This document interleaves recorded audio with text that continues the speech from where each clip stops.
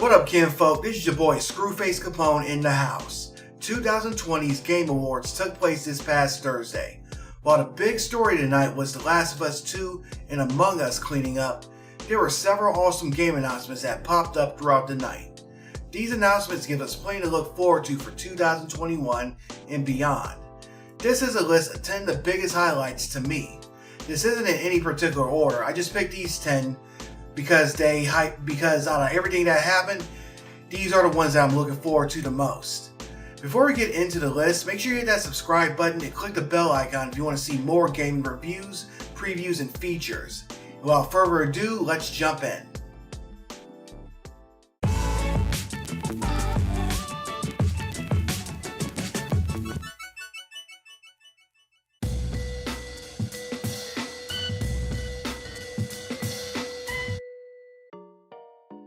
Ever since Microsoft announced the formation of its new triple or quadruple A game studio, The Initiative, fans have been waiting with bated breath to see what it was going to put out first. As recently as this past summer, fans have even speculated that their new game was going to be a reboot or sequel to the Nintendo 64 classic Perfect Dark. This was confirmed Thursday night at the Game Awards. The teaser we saw hinted at a world where corporations have taken over, and it of course featured the return of heroine Joanna Dark. Of course, while there is no word on when this game will be released, no doubt that this will be one Xbox exclusive that will be heavily anticipated. This definitely caught a lot of gamers by surprise, as the last new Perfect Dark game that came out was in 2005, shortly after the launch of the Xbox 360, 2 whole console generations ago. There's a lot more hype surrounding this game, and hopefully the game will live up to it. If it does, it will no doubt be an excellent addition to the Xbox library.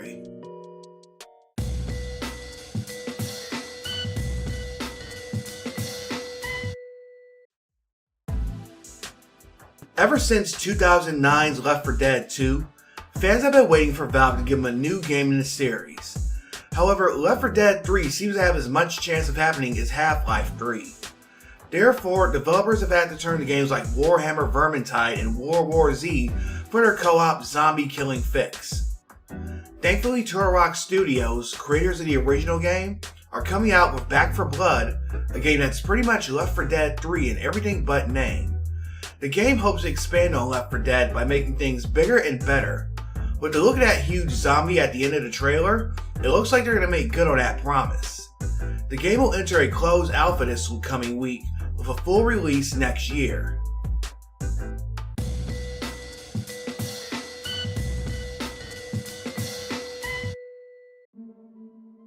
Speaking of Dead franchises with Dead in the title, Dead Space immediately comes to mind, and it looks like it will remain that way with EA more focused on multiplayer games and monetization schemes. However, as we've seen in a previous entry, why wait for a publisher to revive a series when you, as a creator, can create its spiritual successor? That's kind of what developer Striking Distance Studios, headed by Dead Space creator and producer Glenn Schofield, is setting out to do with the Callisto Protocol. Apparently set in the PlayerUnknown Battlegrounds universe in the future, the game promises to be the single scariest console and PC game ever. Players will investigate the mysterious Black Rock prison, unlock its secrets, and try to escape it. The game looks like it will be every bit as horrifying as Dead Space. Although PUBG isn't exactly known for its lore, the game's outer space setting should be interesting. If nothing else, fans of PUBG will be interested to see how its story ties into the Battle Royale game. With a 2022 release date, it will be a while before we see it, but hopefully we'll learn more about it throughout the next several months.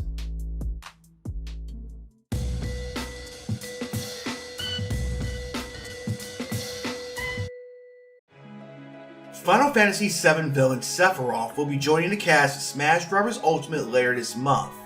He'll be the third of 6 fighters included in Smash Ultimate's second fighter pass, following Men from ARMS and Minecraft's Steve. Yeah, it's another sword fighter guy, but this is Sephiroth and he's a badass. Hey, at least it's not another Fire Emblem character, right? With Terry Bogard, Joker from Persona 5, and Banjo-Kazooie among others already having shown up, who knows who will be next?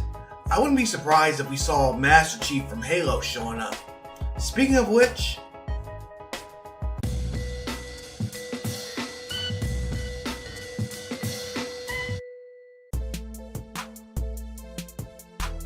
Although Halo Infinite got delayed, that doesn't mean we won't be getting any Master Chief action this year. As part of Fortnite Season 5, Halo's main character is available as a skin, and he'll be joining the Mandalorian and God of War's Kratos.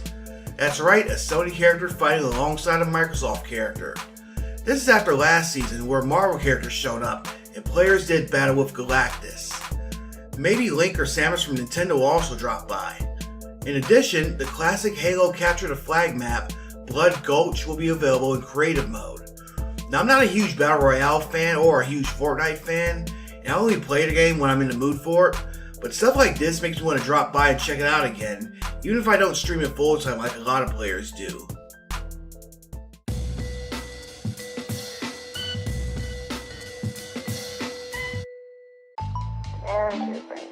Studio Wildcard showed off a cinematic trailer for what turned out to be Ark 2, starring Vin Diesel.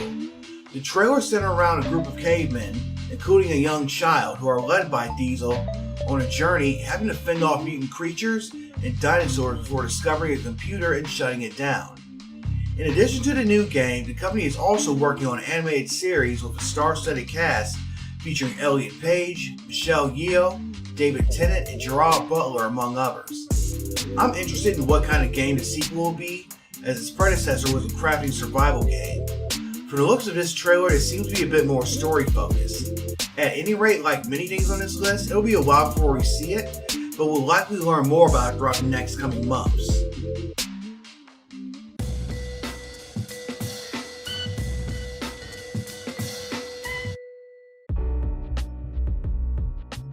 Capcom is one of my favorite publishers, and it looks like the company has a big slate headed for the Switch next year. Not only is it getting 2 new Monster Hunter games, as we learned months ago, but it'll also be getting a new Ghosts 'n Goblins game. Ghosts 'n Goblins Resurrection will see Arthur once again set out to rescue the princess from demons. It has a unique storybook art style and will most certainly keep the challenge of the classic titles.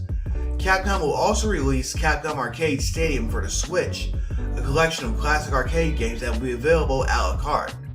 1943 will be available for free, with an option to purchase the original Ghosts 'n Goblins. The rest of the lineup will be available in a series of 10 game packs. Of course, for $30, you can also buy the complete collection, and it will include classics such as Super Street Fighter II Turbo and Strider. Although I'm leery about the DLC model, why split it up piecemeal when everyone's just going to buy the entire collection anyway? And I wonder why they will include versions of Street Fighter 2 when you already have the Street Fighter collection, but I digress. I love Capcom games and I'm a sucker for retro titles. Both of these games will be released next February, just in time for my birthday. With Resident Evil Village also coming out on next-gen consoles, 2021 looks to be another banner year for the company.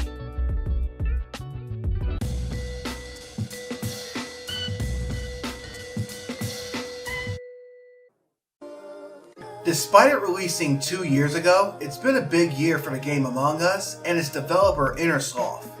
Not only did the game see an increased amount of popularity thanks to Twitch, but it managed to take home 2 awards. This past Thursday, we learned that it will also be receiving a new map that takes place aboard an airship. I haven't played the game yet, but credit where credit's due. It's a great homegrown success, and more new content is always good. This just shows why I love indie gaming. You don't need millions of dollars to create something awesome, you just need a cool idea and a drive to pull it off. A fairly sizable Twitch audience doesn't hurt either.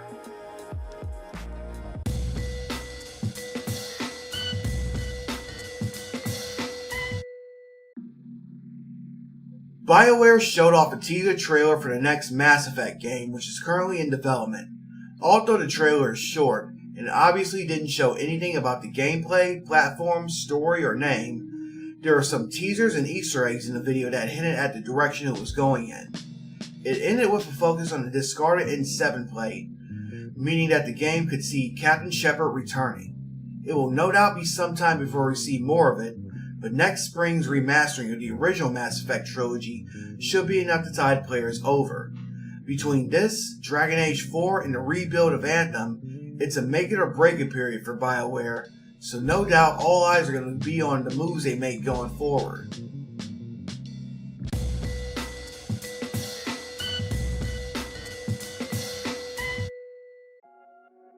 Pearl Abyss, the makers of the game Black Desert, showed off gameplay for its upcoming action RPG, Crimson Desert, which looks to be set in the same universe. The game will have an extensive single-player campaign, although it will also contain online RPG elements. Playing as a man named Mad Cuff, who's the leader of a ragtag band of mercenaries, you'll explore the land of Pywell, a war-torn region with several factions. The trailer didn't show too much about the storyline, but we saw tons of gameplay. The game has a release window of winter 2021 and will likely be arriving on both PC and next-generation consoles. The game definitely looks gorgeous, and if the action plays as fluidly as it looks, then this could be a winner from the South Korean developer.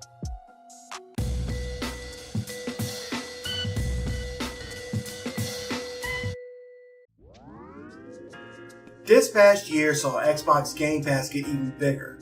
The service expanded with the addition of PC games, xCloud streaming, and EA Access.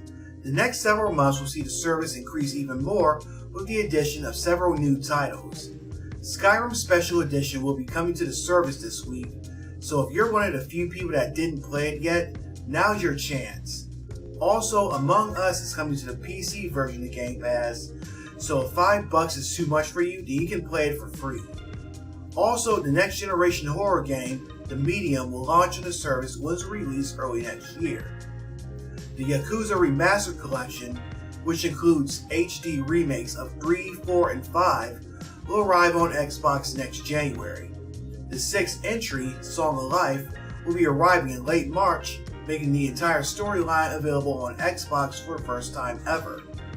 These titles join Doom Eternal, Control, Dragon Quest XI, and dozens of other awesome games that are already on the service. So yeah, while your Series X may not have any exclusives, you'll still have a library of awesome games to play.